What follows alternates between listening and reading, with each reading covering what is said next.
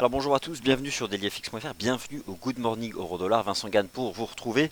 Nous sommes le 26 juillet 2016 et s'ouvre aujourd'hui la réunion du FOMC. Alors vous n'avez pas manqué bien sûr, après 4 semaines de reprise des actifs risqués, 10% de hausse du CAC, 10% de hausse à Wall Street, 10% de hausse de l'USD Yen, 5 à 6% de hausse de l'US Dollar Index, eh bien on entame un retracement, une consolidation, alors que demain, le marché attend la réserve fédérale des États-Unis. Alors, je vais vous montrer des choses très intéressantes ce matin, enfin très intéressantes, ça c'est vous qui jugerez. Déjà, l'once d'or, on en reparlera dans le point matière première, mais il a testé précisément la fameuse ligne de tendance haussière chartiste dont nous parlions, avec pour le moment une reprise intéressante. Enfin, NZD, USD et AUD, USD réagissent favorablement. Le dollar US commence à baisser depuis une résistance, mais alors attention, voilà ce que je vous propose. Et l'USD CAD a confirmé sa cassure haussière grâce à la baisse du pétrole. Bref, alors, ce que je voulais vous montrer, c'est ça. L'US Dollar Currency Index, non pas du FXCM, mais le DXY, celui qui est suivi dans les salles de marché. Vous avez toute la reprise ici du dollar US depuis le vote des Britanniques favorable au Brexit. Et donc voilà, on a rejoint cette ligne de tendance baissière chartiste. Donc voilà pourquoi, à proximité des 97,50 points sur cet indice de devise, on entame là un processus de retracement. Il faut faire attention parce que demain la Fed montera pas ses taux. Ça peut probablement vendre un peu de dollars US jusqu'à demain. Mais si demain à 20 h la Fed nous livre un communiqué hyper agressif, ça repart pleine balle à la hausse. Donc, il va falloir soigner et être très serré et savoir prendre des bénéfices pour les stratégies de vente légère du dollar US à court terme.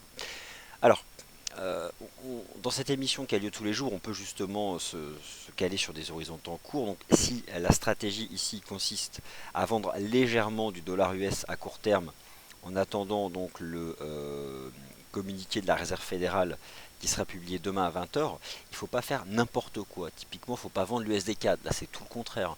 Avec une devise de contrepartie de dollar canadien sous pression d'une baisse du pétrole de 3 à 4% pour tout un tas de raisons fondamentales. Il s'avère que lorsque le prix du pétrole a réatteint 50 $, un certain nombre de puits aux États-Unis, et notamment ceux qui fractionnent la pierre de schiste, ont été remis en utilisation. Donc, on s'est précipité, il n'y a pas du tout de convergence, c'est de l'égoïsme national pur. Dès lors qu'on s'est rapproché de 50 $, beaucoup de producteurs aux États-Unis, qui se sont retrouvés à peu près, pour certains puits, en situation d'équilibre, se sont remis à produire.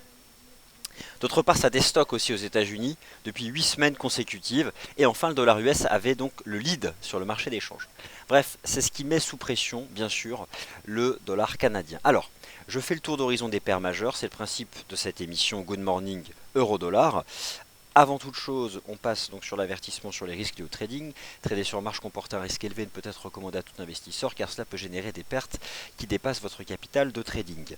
Alors aujourd'hui sur l'agenda macro, on commence à rentrer dans le vif du sujet. À 15 h, l'indice des prix des maisons aux États-Unis.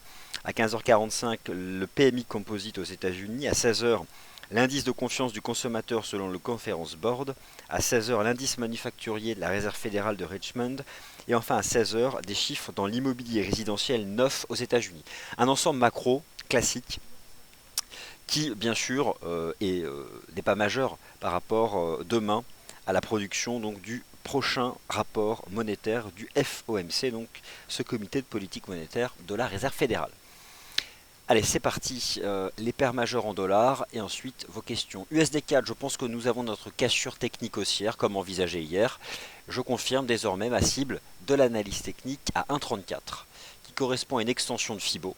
Je reporte ici le range et d'autre part les 1,34, regardez, c'est pile poil un pivot chartiste de décembre 2015. Donc, je pense que c'est une belle cible technique ici sur l'USD-CAD. Voilà, entre 1,34 et 1,34,30. Vous voyez ce pivot, plus les extensions de Fibo. Alors ça manque un peu de volume, ça manque un peu de momentum et c'est essentiellement dû donc au pétrole. Mais voilà, la baisse du prix du pétrole accompagne aussi la consolidation des actifs risqués qui ont repris 10% depuis le début du mois de juillet. Et enfin en termes d'indicateurs de tendance et d'approche prix momentum, eh bien c'est parfait puisqu'on a une reprise du RSI sur le niveau des 50, le prix qui casse des résistances, un alignement standard haussier des principales moyennes mobiles simple. Bref, tous les voyants techniques sont au vert pour confirmer cette cassure de l'USD-CAD. Et on peut ajouter à ça le positionnement des traders particuliers chez FXM dans le monde. Attention, j'invective pas les traders particuliers français. Il s'avère que dans le monde, les traders particuliers chez FXM shortent ce marché qui ne cesse de casser des résistances. Alors voilà, je ne dénonce pas une catégorie de traders, mais il s'avère que la masse des traders particuliers, pas vous bien sûr, ni nous, mais sont souvent en contre-tendance. Donc ça va dans le sens de la poursuite de l'avancée de l'USD-CAD. Alors il y a des cibles intermédiaires, hein. On a une qui est déjà faite à 1,3230, il y en a d'autres ici, c'est juste des niveaux de chartistes, 1,3280, un cours de clôture ici à 1,3350, puis 1,34. Voilà, les cibles que l'on peut envisager lors des prochaines semaines.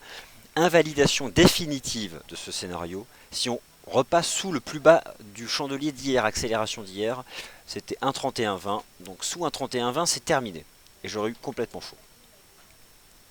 En tout cas, ces 1,3120 sont le point bas, sont le prix d'ouverture du grand corps d'accélération d'hier. Et c'est donc comme ça, ici, qu'il faut gérer son risque sur le taux de change USD-CAD. Euro-dollar profite marginalement de la consolidation du dollar US qu'on vient d'envisager donc en utilisant l'US Dollar Currency Index, le DXY. C'est donc ce support à 1,0970, le plus bas du Brexit ici, du 27 juin. Mais j'envisage pas de trade là sur l'euro-dollar ni d'achat. J'envisage toujours la poursuite de cette lente glissade. Et j'étais baissier, vous le savez, depuis 2 semaines sous MM20. La MM20 se met à plat. Donc ça devient complètement neutre. Regardez le RSI D1 sous 50 mais en range. Honnêtement, je ne sais pas ce que vous en pensez, mais il n'y a pas grand chose d'intéressant ici sur l'eurodoll. Il y a du directionnel sur d'autres marchés. Donc l'eurodoll, j'ai rien à vous dire de particulier, hormis que si dollar US temporise d'ici demain, on peut revenir tester 1, 10, 30, 40, même 20, point barre. Je vois pas grand chose d'autre. NZD-USD, sortie de range par le haut, suite hier à ce qu'on avait envisagé ici ensemble, cette divergence haussière de momentum, mais il fallait absolument quitter le range 0,970 et la résistance ici de la moyenne mobile à 20 périodes sur l'horizon de temps 4 heures. Alors encore une fois, les divergences de momentum sont souvent précurseurs de l'action des prix. Et là, c'est quelque chose qui a bien fonctionné sur le taux de change NZD-USD. Y a-t-il maintenant un objectif de cours en particulier? J'éviterai d'être trop agressif. Mais en l'état, bon, suite à la reprise d'hier, on peut fixer au moins un target à 0,7080, sans plus. Là aussi, je serai un peu comme sur l'euro-dollar, assez méfiant, parce qu'il n'y a pas de direction claire, à la différence de d'autres taux de change, comme celui-ci par exemple, vous avez compris. Le GBP-USD, lui c'est un range dans le range, 1,28, 1,35, un range un peu plus court ici, qui prend la forme, c'est un peu comme l'eurodoll, d'un triangle rectangle descendant. Ce matin, on teste le point bas à 1,3060. C'était aussi la ligne de coup de cette structure en double bottom. Ça glissote avec un eurodoll sous pression, avec un dollar US en consolidation. Franchement, bon, shorter le GBP USD, allez pourquoi? Viser 1,30, sur ce niveau-là, je le shorterai même pas. Franchement, j'y toucherai pas. Je vais pas me forcer, j'ai pas de conviction forte. Donc, USD-CAD, ok, ça, clairement, oui, et je vise les résistances proposées tout à l'heure. GBP-USD, on est sur ce niveau-là, j'achète pas, je vends pas, je fais rien. Eurodoll, non, pas GBP-AUD, Eurodollar, il est où mon eurodollar? AUD-USD, alors AUD-USD c'est déjà un peu plus intéressant, c'est très similaire au gold. L'once d'or, j'en parlerai dans le point matière première à 10h30, mais je pense que nous sommes proches d'avoir un test réussi de cette fameuse ligne de tendance haussière chartiste dont nous parlions. Intéressant de noter la reprise de l'AUD-USD sur cette ligne de chartiste. On attaque enfin les 0,75, 0,10. Ça devient intéressant. C'est un taux de change qui peut bénéficier de la conso du dollar. Pour remonter où? Pourquoi pas envisager un 0,76. Donc, je trouve ça pas mal. Surtout parce qu'on a eu finalement une fausse cassure de cette oblique. Maintenant, ce qui serait intéressant, c'est enfin de pouvoir réussir à s'affranchir de cette moyenne mobile à 20 jours pour envisager quelque chose de plus intéressant ici sur l'AUD-USD. Mais ça va dans le sens de l'once d'or. L'USD-Yen, comme les indices boursiers reculent après 10% de reprise, rééchec dans le haut du canal haussier. Valentin vous a publié un article hein, avec ce rejet sous le haut du canal haussier. Et d'autre part, je vais vous montrer les données, c'est tout chaud, du Speculative Sentiment Index sur le USD Yen. Et regardez, il y a un début de rejet dans le haut du canal. Et on commence à observer une forte augmentation des Retail Open Long Positions, donc des positions longues des traders particuliers chez FXM. Donc ça va un peu dans le sens de cette consolidation ici des actifs risqués. Alors, où peut aller l'USD Yen? Écoutez, j'envisage un retour sur la MM 20 jours et sur ce niveau horizontal, donc vers 103,95, 104, éventuellement 103,50. Voilà, donc je ne serais pas surpris qu'on se replie dans cette direction. Ouais, 103,50. Entre MM20, donc elle est à 103,90, 103,50. Alors bien sûr, pas de stratégie ce matin, on arrive après la bataille. On était dans un range. J'étais pas hier, clairement pas vendeur. J'étais neutre, rappelez-vous. Je vous avais expliqué que pour moi on comprimait. J'étais redevenu complètement neutre. Je crois que Valentin avait quelque chose de plus agressif à la vente. Et voilà, donc ben, je sais pas si certains y sont. Mais moi je n'y étais pas hier, donc je vais pas me gargariser d'être dans cette stratégie. Je peux simplement m'adresser à ceux qui ont vendu le haut du canal haussier, baissier, pardon, et vous inviter à au moins viser MM20, voire ce niveau horizontal à 103,40. Alors bonjour Adrien, qu'est-ce que je pense du GBP Yen? Et enfin les indices boursiers sur lesquels je vais laisser Sylvain s'exprimer dans 15 minutes. Le GBP Yen, c'est comme les paires en Yen. Moi pour moi les paires en Yen elles étaient toutes en range hier. Bah, elles sont sorties par le bas. Donc le GBP Yen c'est comme le taux USD Yen. On est sorti par le bas d'une petite compression qui prenait la forme ici d'un triangle, sorti par le bas même d'une compression de momentum. Il n'y a pas de div, il n'y a rien, c'est bien baissier.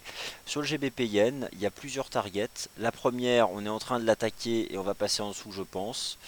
Et la seconde, écoutez, c'est 133,30. Hein, donc, non, là, les paires en Yen, à l'image des actifs risqués, vont baisser davantage. Le Yen se renforce. Le Yen se renforce sérieusement avec la consolidation des actifs risqués. Et on se souvient aussi de l'intervention la semaine dernière de Auriko Kuruda, le patron de la BOJ, qui a écarté l'engagement d'un programme d'argent hélicoptère. Donc le marché croit de moins en moins à des mesures surprises de la BOJ, donc ça paye du yen, mais voilà, là, sans rentrer dans cette spéculation, parce qu'on aura la réponse que vendredi, le yen se renforce, tout comme l'once d'or, parce qu'il y a une consolidation des actifs risqués. Donc on devrait baisser davantage encore sur les paires en yen. Et c'est vrai que le GBP yen, là, semble au moins pouvoir tendre jusqu'à 135. Le vrai niveau horizontal, c'est 133,50, 134. Ça va dans le sens de la poursuite de la consolidation de l'USD yen, au moins jusqu'à 103,50, voire 104 ici. Et c'est confirmé par l'augmentation des positions longues selon le Speculative Sentiment Index de FXM. Et donc la UD-USD haussier avec la conso du dollar. Maintenant, il faut vraiment dépasser la MM 20 jours pour envisager de remonter à 0,7550 voire 0,76. Et l'USD CAD, attention, ne le shortez pas. Même si le dollar US consolide, le dollar canadien est beaucoup plus sous pression. Donc avec la poursuite de la baisse du pétrole, je pense qu'on peut envisager assez rapidement que ce marché aille chercher les 1,33 avec un niveau de stop définitif sous le plus bas du chandelier d'ouverture d'hier, soit le niveau des 1,3120. Merci d'avoir été attentif au Good Morning Euro-Dollar et vous retrouvez Sylvain dans 13 minutes pour le rendez-vous des scalpers. À tout à l'heure, pardon, 10h30 pour l'once d'or, entre autres, et le pétrole bien sûr.